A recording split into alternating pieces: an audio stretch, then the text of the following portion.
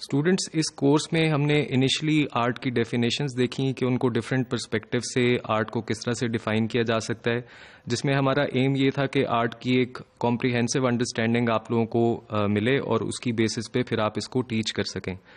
उसके बाद हमने इसमें डिफरेंट प्रिंसिपल्स ऑफ आर्ट भी स्टडी किए, एलिमेंट्स ऑफ आर्ट स्टडी किए, जिसमें लाइन, शेप, टेक्सचर आपने देखा, उसकी डेमोन्स्ट्रेशंस भी देखी, उसकी एग्जांपल्स भी देखी, जो कि आपके लिए बहुत ज़रूरी है एज टीचर्स कि जब आप स्टूडेंट्स को आर्ट सिखाएं तो आप उनको एलिमेंट्स की शनाख्त भी करवाएं और प्रिंसिपल्स के बारे में भी बताएं, ताकि वो अपनी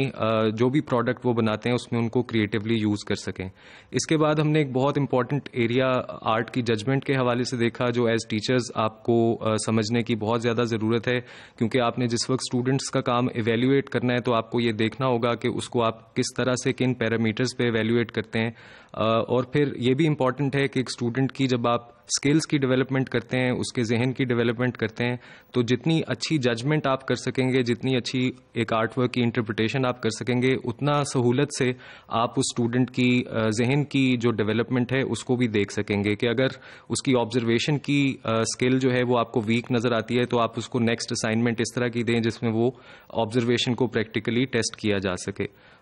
उसके बाद हमने जो हिस्ट्री आर्ट मूवमेंट्स की देखी, उसका मकसद ये था कि जो आपका एक्सपोजर है आर्ट के बारे में उसको ब्रॉडन किया जाए, ताकि आप स्टूडेंट्स के काम को एक वाइडर कॉन्टेक्स्ट में देख सकें। फिर हमने इसी तरह से टीचिंग के बारे में भी एक गाइडलाइन देखी कि किस तरह से आप एक टीचिंग स्ट्रेटजी को डेवलप कर सकते हैं। जो हमारा अब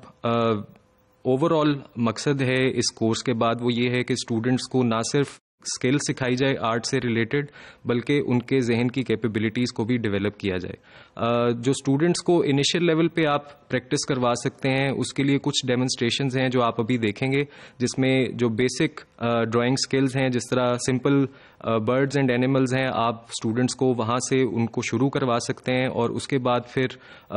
डिफरेंट क्राफ्ट्स हैं, पेपर क्राफ्ट्स, जिस तरह वो बच्चों के लिए बहुत ज़्यादा इंटरेस्टिंग हो सकता है, उसकी भी आप डेमोन्स्ट्रेशंस देखेंगे। और फिर उसके बाद क्ले मॉडलिंग एक इम्पॉर्टेंट एरिया है, जिससे आप स्टूडेंट्स की जो प्रैक्टिकल स्किल्स हैं उनको भी डेवलप कर सकते हैं और उनकी कंसेप्चुलाइजेशन और ऑब्जर्वेशन की स्किल्स को भी डेवलप कर सकते हैं। तो आइए ये डेमोन्स्ट्रेशंस को देखते हैं।